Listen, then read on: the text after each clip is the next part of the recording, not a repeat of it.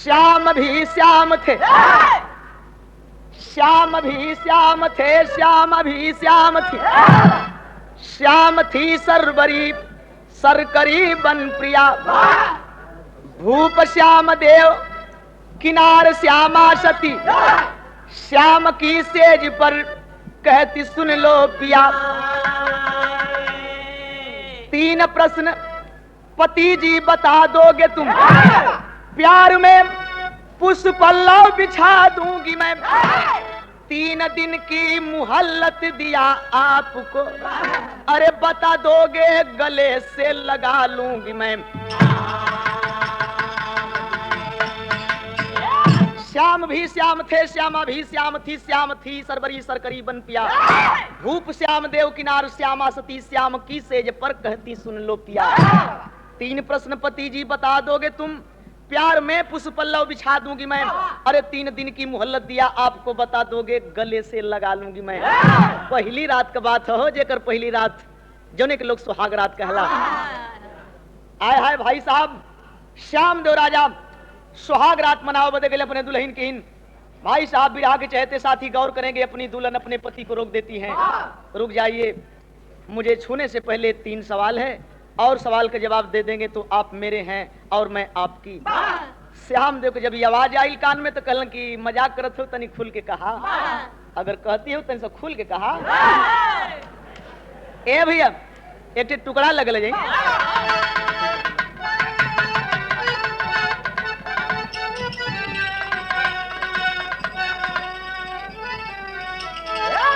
अरे मेरे दिलवर की, हाँ मेरे दिलवर की रुसवाई हमें मंजूर हो जाए। सनम तू बेवफा के नाम से मशहूरी हो जाए।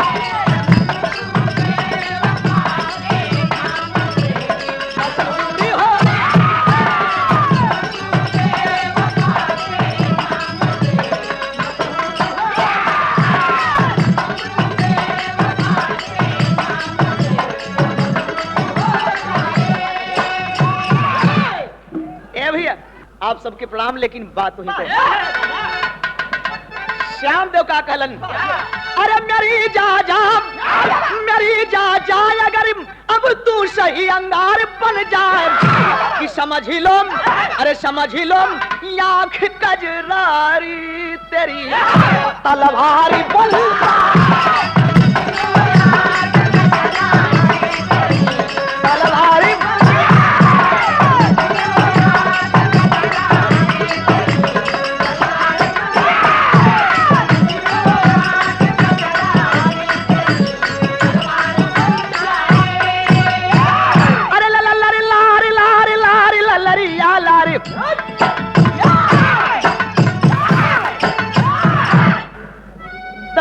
नार नार नरिया नारे, कहीं श्यामा की श्याम करती मैं मजाक नहीं, कहीं श्यामा की श्याम करती मैं मजाक नहीं। प्रश्न में पूछ कर जमाती अपनी धाक नहीं।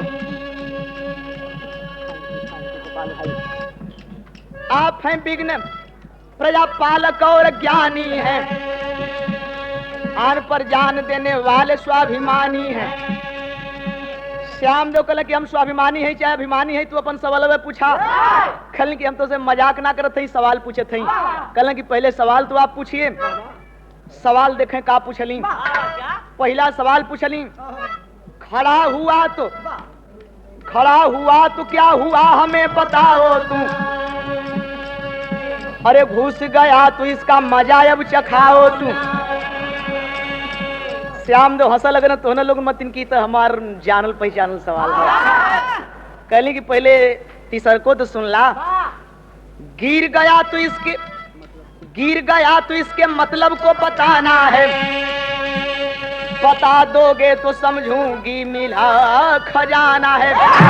कहलन की करे पगली, ये सवाल तय पूछे थे कि तय मजाक करत थे। सोचे लगलन कि ये मजाक कर रही है। श्याम देव कहले कि आप उसे भूल जाइए। आप जो सोच रहे हैं मेरे नाथ वो सवाल का जवाब नहीं है, आप कहीं और जगह से ढूंढे तो दिमाग खट हो गल। चेहरा फीका पड़ गया, आखिरकार है क्या? अगर बता देंगे तो आप मेरे हैं, मैं आपकी, अगर नहीं बताएंगे तो आप और मेरे बीच में कितनी दूरी है ऊपर वाला जाने।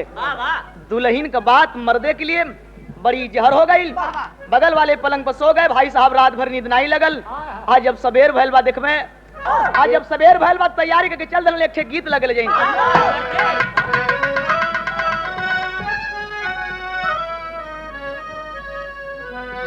अरे ससुर भाई ला बेटवा पहिन के फूल पयाटवा खबरिया झाड़।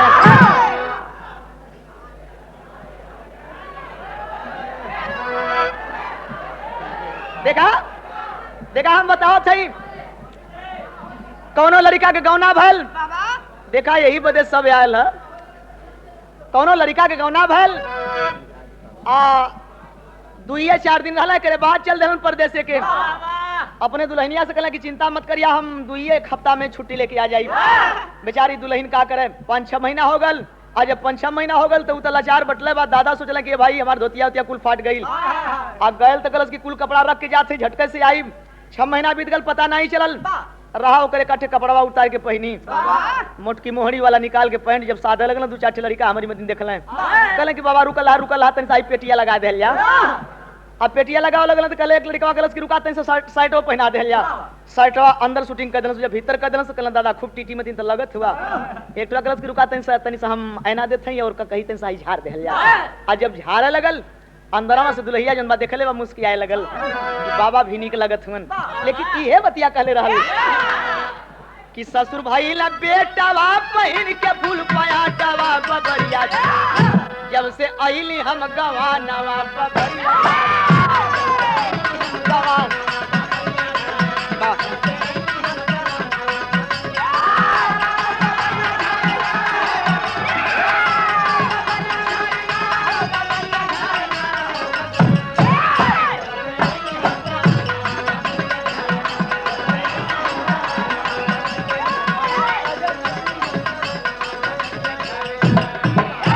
भैया बा, लेकिन गनमा पर गौर करेंगे। आ दूसरा दिन राजा जब गई का चहारिया बैठ रे गई, बैठे पंचा के मेड़रिया बैठ रे गई। दरबार लगा, दरबार में लोग जुटे। आज राजा साहब बड़े मलिन होकर के कहने लगे कि कलिया हम कर गई गंगा स्नान, घटवा पर मिल ले कतीरिया सुजान हो, मिल ले घटवा पर मिल ले। अरे 3 प्रश्न हमारा से पूछली गुजारिया, बतावा भैया सुनी के कापल मोर पैरिया, बतावा भैया। आज राजा साहब बात घुमा के अपने दरबार में दरबारियों के बीच में कह रहे हैं। स्नान करते समय एक अजनबी औरत से मुलाकात हो गई, मुझसे सवाल कर गई है। दरबार में जितने भी बुद्धिजीवी लोग हैं, लोग अवाक हैं कि महाराज सवाल क्या है। खरन की सवाल का अगर जवाब कोई आदमी दे देगा, आज मुंह मांगा दान देंगे। दरबार में लोग घबरा रहे हैं भैया, आस्ते आस्ते। अगर सवाल का जवाब नहीं मिलेगा, इसका परिणाम बुरा होगा। दरबार में लोग बोले कि महाराज परिणाम बुरा क्या होगा? कहले कि उल्टा काटब। दरबार में एक से एक बुद्धिमान बुद्धिजीवी लोग हैं, घबरा गए कि जवाब अगर दे देंगे तो मुंह मांगा दान मिलेगा, और नहीं देंगे तो हम लोग उल्टे काटे जाएंगे। एक आदमी हिम्मत किया, बोला कि महाराज आप पहले सवाल पूछिए। सवाल ये पूछ दिलन कि खड़ा भल त का भल, घुस गल त का भल, एकरे बाद 3rd पोजीशन में गिर गल त का भल। अपने में लोग बतियाव लगल भाई साहब की यार तो सब कर जना था कि बीतल बात है, ये तो हमन बड़ा झटका से बता देली। मगर बताने से पहले राजा ने आवाज दे दी, खबरदार आप लोग जो सोचते हैं वो नहीं है, आप कहीं और जगह से ढूंढ करके इसका जवाब निकालें। अवाक हो गए सब लोग, मगर एक विद्वान सोम शर्मा हाथ जोड़ करके बोले कि महाराज अगर मुझे मौका मिले एक दिन का तो आपके सवाल का हम जवाब देंगे। देखें सुशर्मा की बात सुनकर के राजा ने आदेश दे दिया, सब लोग अपने अपने घर गए। लेकिन भाई साहब सुशर्मा स्वाभिमानी व्यक्ति हैं, सवाल का जवाब ढूंढने के लिए बनारस काशी में आए। काशी में कहा इलन, आप जानते होंगे एक गांव है जिस गांव का नाम है सीर गोवर्धन। भैया हो एक गरीब के झोपड़ी पर गए, वो झोपड़ी पर मिलल के जेकर नाम बा रवि। रवि जी के दरवाजे पर जाके हाथ जोड़ के बड़ा प्यार से कहलन, एक गीत लगे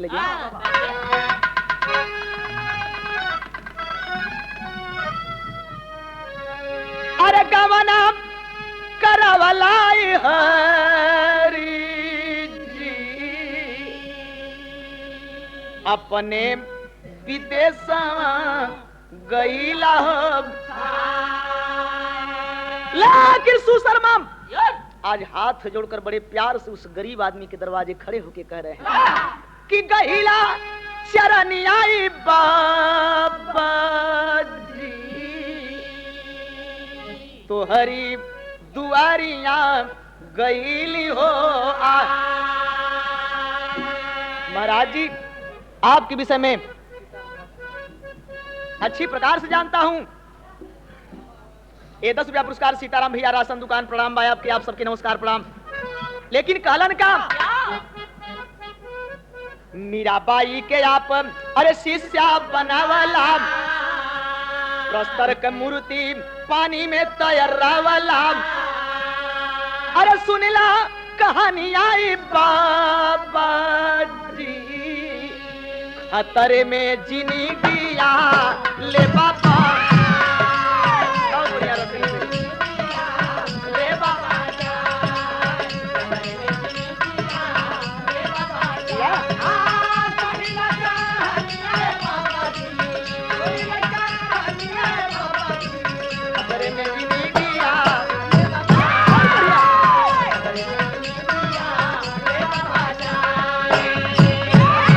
विषय में सारी बात मुझे मालूम है। हरे दशवासुमेध घाट पर आपने प्रस्तर की मूर्ति गंगा में तैरा दिया।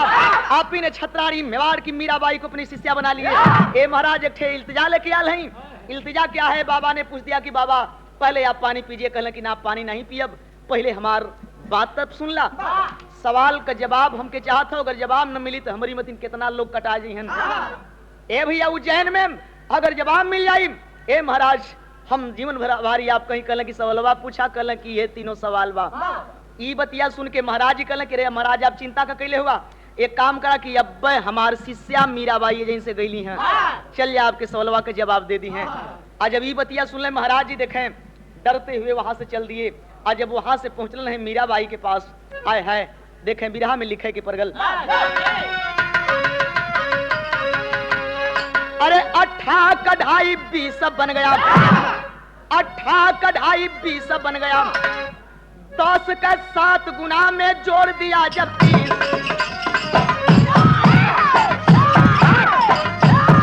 भाई साहब गौर करेंगे बिरहा बहुत सुने की मिला, लेकिन कवि जी अपने दिमाग से कितनी बढ़िया लाइन लिख दिलन। 10 का 7 गुना में जोड़ दिया जब 30, 18 कढ़ाई 20 बन गया। मीराबाई के नजदीक गेलन। जब मीराबाई के नजदीक गेलन कहलन की देवी आपके गुरु महाराज भेजलन है, एक ठे हमार निवेदन बा। देवी जी कहली कि हमारे जब गुरु महाराज भेजलन तो पहले आप अपनी बात कहें। कहलन की सवाल बा, आज सवाल ही है बा खड़ा भेल तो का भल। महारानी जी कहली कि बाबा ये तो बड़ा निक सवाल है। देखें एक ठे गीत लग ले जाए।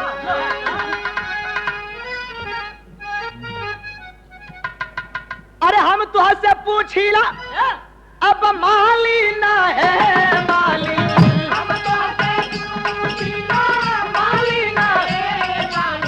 हम तुह से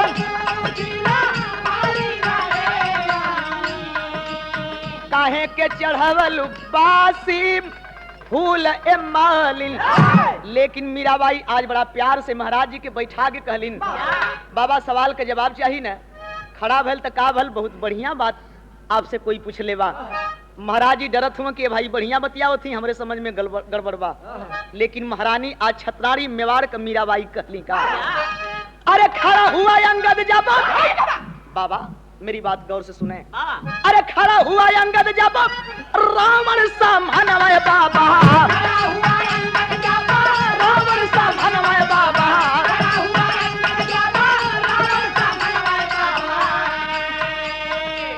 कहे कहे कैला भारी भूल राजन, कैला भारी कहे कहे कैला भारी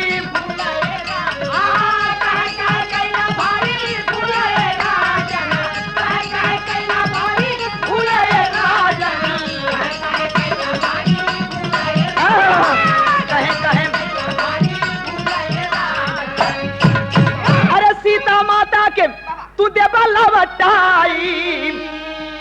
गौर करें आगे जाह्नवी तट पार करके जब आगे बढ़े मेरे दोस्त, सीता जी का, मां जानकी का हरण हो गया, लंका में पहुंच गई। लंका में जब चढ़ाई होती है भगवान राम की, लंका पर चढ़ाई की बात है कि अंगद राम का दूत बन के रावण के दरबार में गए और यही रावण से फटकार के कहने लगे, पहले सवाल का जवाब हो बाबा कि सीता माता के तू देवा लवटाई माफ कह दी है तो के मोर रघुराई। दस्कंदर इस बात को सुनकर के आग बबूला उठे, म्यास तलवार खींच लिए, बोले खंड खंड कर दूंगा। अंगद बोला, करे मुझे टुकड़े टुकड़े क्या करोगे दस्कंदर, अगर तुम में कोई मर्द है तुम मेरे पैर को उठा दे। भैया लोग सामने से बैठ जा, बैठ जा, उठा दे। जितने लोग दरबार में थे सब लोग करीब में पहुंचे, लेकिन किसी से पैर उठा नहीं। आखिर में जब दस्कंदर स्वयं उठाने के लिए चल दिए तो फटकार करके अंगद यही कहा कि महाराज मेरे पैर को क्या छू रहे हो। अरे हमारे पैरिया के काहे छुवेला रावण, हमारे पैरिया के काहे छुवेला रावण, हमारे पैरिया के काहे छुवेला रावण। राम माफ कई दी है भूल राजन, भूल राजन।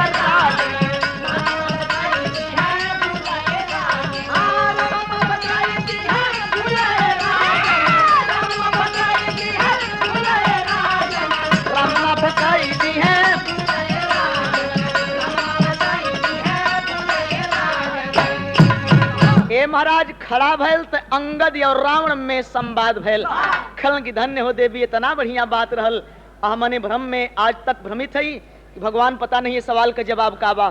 खलन की दूसर का पूछा बाबा, कहलन की दूसर का कैसे पूछी, मारे डरन पीछे घुसके लगल कि बड़ा खतरनाक है, ये औरत का जात थी, कहीं गड़बड़ समझ के कुछ बोल न दे। लेकिन आप चिंता न करें बाबा, आप सवाल पूछें। खलन की देवी दूसर का सवाल थी है कि घुस गए तो का भैल। खलन की बाबा आप चिंता काहे कैले, हम बताओ थी, बहुत नीक बात पूछले हुन। दूसर का सवाल कई जवाब रहल, एक ठे गीत लगे ले जैन।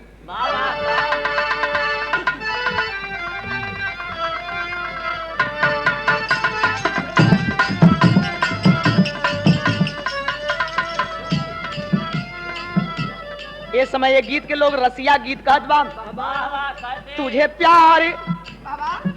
तुझे प्यार कराऊं भरतार, भरतार सिलवाई तेरे चोली रे समझ।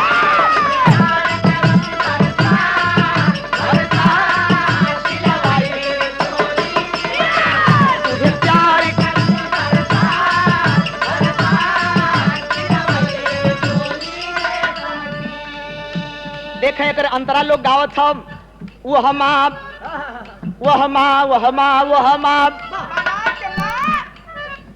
हम बताओ थे वह माँ दोई हीरा जड़ल रहे।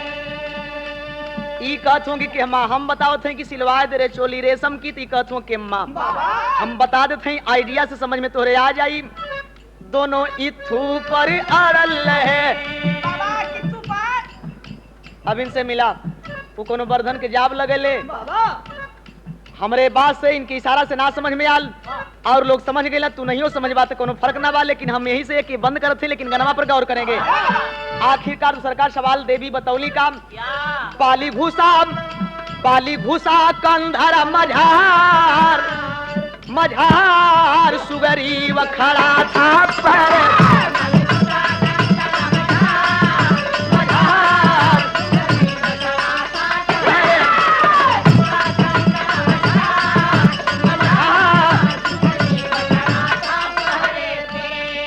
महाबली राक्षस बाली को ललकार दिया। बाली एक न्यायप्रिय राजा थे, गदा लेकर के सामने हो गए। बगल में भाई सुग्रीव खड़े थे, मगर बाली बोला अपने भाई सुग्रीव से, करे भैया अगर ये बहादुर मेरे ऊपर अकेले वार कर रहा है तो मेरा फर्ज बनता है कि अकेले इससे युद्ध करूंगा। मैं गिर जाऊंगा तो तुम इसके ऊपर वार करना, अन्यथा तू गदा चलाना मत। देखें महाबली राक्षस चालाकी कर गया। भाई साहब लड़ते पीछे हटते अपने कंदरा में चला गया। बाली राजा लड़ते हुए आगे बढ़ते गए। जब उसके कंदरा में चले गए तो हुआ क्या, अंदर जब हो लड़ाई बहरे खून बहता भाई बा। दोनों बहादुरन के गदा के टंकार से रक्त बहे लगल, और रक्त जब कंदरा से बहरे होखे लगल, जब कंदरा से बहरे होखे लगल तो सुग्रीव के का समझ में आल। सुग्रीव सोचे भैया मर ही गए, पत्थर से ढकी के घर ही गए। कितना बढ़िया भाई सुग्रीव रहलन। इनके समझ में आल कि जब भैया के मार दलस तो हम कह गदा रोकब। बड़ी बड़ी चट्टान लिया के कंदरवा के समनवा रख देलन और रख के जो से फरार हो गलन। आस्ते आस्ते बात हो जाए, लेकिन आस्ते आस्ते भैया फरार हो गलन। जब बाली निकलन देखलन कि सुग्रीव का पता है ना, मरा तो महाबली राक्षस था, लेकिन सुग्रीव भैया के पहुंचले के पहले में घर में जाके गड़बड़ कर देलन। रख लिया उतारा नार, अब नार सुग्रीव खड़ा था।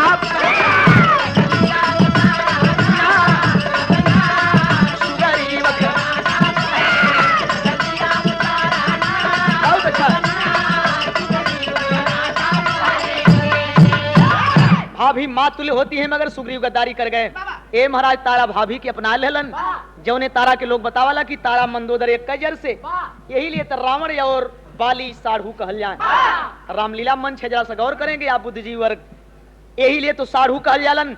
कलन की तो गलती कैलन, कलन की सवलवा के जवाबी है। हम घुस गए तो महाबली के बधन भयल, भाई भाई में फूट हो गई। कलन की मान गए देवी, लेकिन एक ठे सवाल और रह गल। बाबा ने संकोच पूछा, कलन की कैसे पूछी, कुलहीन से खतरनाक है। कलन की आप बेफिक्र पूछा, कलन की गिर गल तक का भैल। हंसे लगलिन। मीराबाई हंस के देखवा बड़ा प्यार से कहलिन का भाई साहब, अरे कार पांडम में भइला तूफानमा बनवा बरसेला, अभी सपिता मलरे जंग मैदानमा बनवा बरसेला।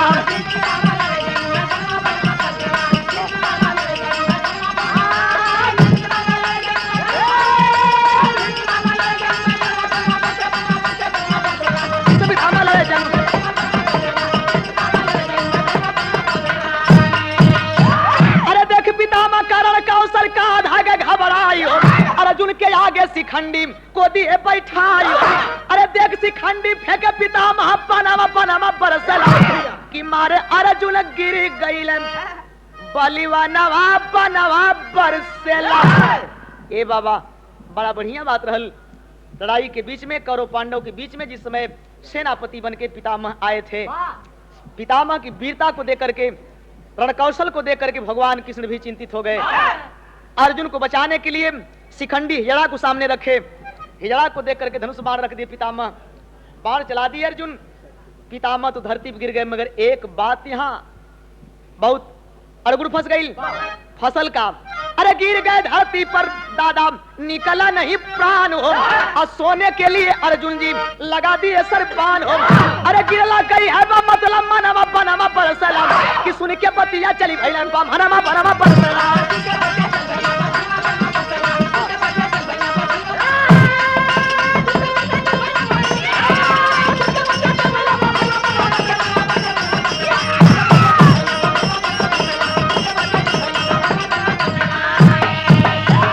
बस देवी हम चलत ही, कहेंगे बाबा पनिया पिला, कहेंगे प्यास खत्म हो गई।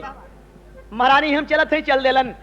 भाई साहब जब वहां पहुंचलन देखबा, कुछ साथी लोग हमारे कहलन कि हाई आल्हा हम निकल रहे हैं, कुछ लोग कहलन कि हाई आल्हा हम निकल रहे हैं। बड़ा पहले आल्हा गावल गल, जो आल्हा का नाम रहल कि 3 हथवा के देखली भैंसिया, 7 हथवा के जो परियारे बिया। एक बाद गावल गल कि 1 टंगिया के देखली भैंसिया, भैंसिया के चारी ओर थनवेरे जनार। एक बाद 96 में 1 आला हम निकाल देलिन, जो आला के हर एक साथी अपनावे लगलन बड़ा प्यार से। अलहवा में भाव के साथ साथ लाइन भी करवट कर देलिन, लाइन का करवट कैलिन कि कवन भाई सवा देला, कवन भाई सवा देला, अरे कापरा से दुधवा भैया, कापरा से दुधवा भैया, कवन भाई सवा देला, कापरा से दुधवा भैया। बचवा पेटे दहिया बाजारे बिका,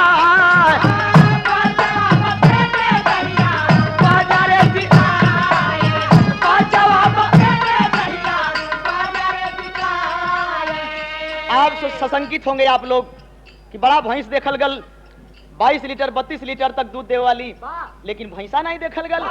हम भैंस का बात ना बताओ थी, हम भैंसा का बात बताओ थी। आई भैंसा कपारे दूध देला, थाने से नहीं। बच्चा करे पेटे में बा ओकर दही जोन बा बाजार में बिकले। भाई साहब दूसर की बात रहल कि रे शरीरिया में अरे 3 ठे जगहिया, 3 ठे जगहिया, 3 ठे जगहिया नाम बाबा एक लेकिन कोमल कहा,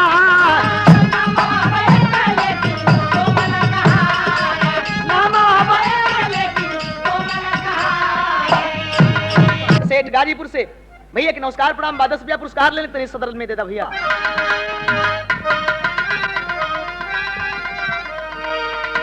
अरे पहुंचे हैं सुशर्मा जब उज्जैन की नगरी, अरे बैठे श्याम देव हो लगा के दरबार, अब मधुरी बचनिया में कहल रजना, अब हमके बताए देबा पूरा खेलवार।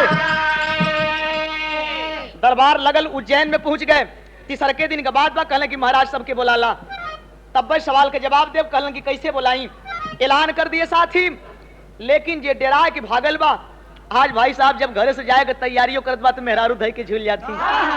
दुआई राम जी के जइया मत न तो पता नहीं उल्टा के काट देगी का करी।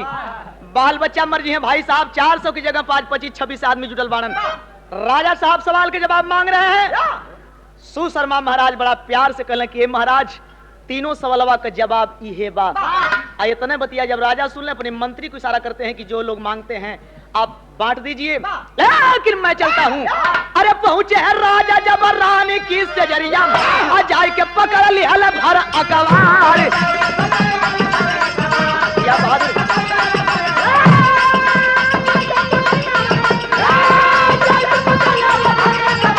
जाए के पकड़ लिहल भर। राजा साहब पहुंच गए और जाए कि चौचक भाई साहब हर अखबार पकड़ रानी कले के छोड़ा छोड़ा कले कि कुछ ना अजुए तो फरियाई जाए। आज बताओ थे कि फरिया जाए। अरे कहे राजा देरी ना लगाव सुंदरी, आज रतिया बिगाड़ब हम तुहार चुनरी, तुहार चुनरी, तुहार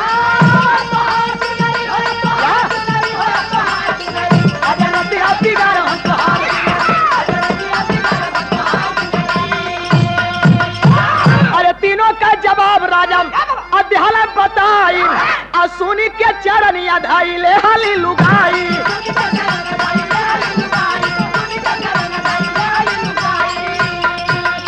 अरे अपने बुझला कि कोई बताया हुंदारी, आज रतिया बिगाड़ब हम तुहार चुनरी। आप बताइए पहले कि ये सवाल आप अपने से बता रहे हैं या किसी से पूछे हैं। राजा साहब अपने दिल के उद्गार के बर्दाश्त नहीं केलन, आज उगल देलन।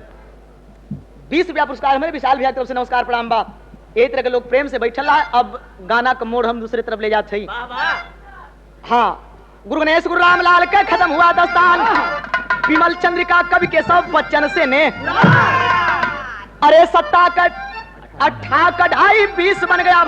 चंद्रिका नंदलाल कर रखे सदा जगदीश 28 20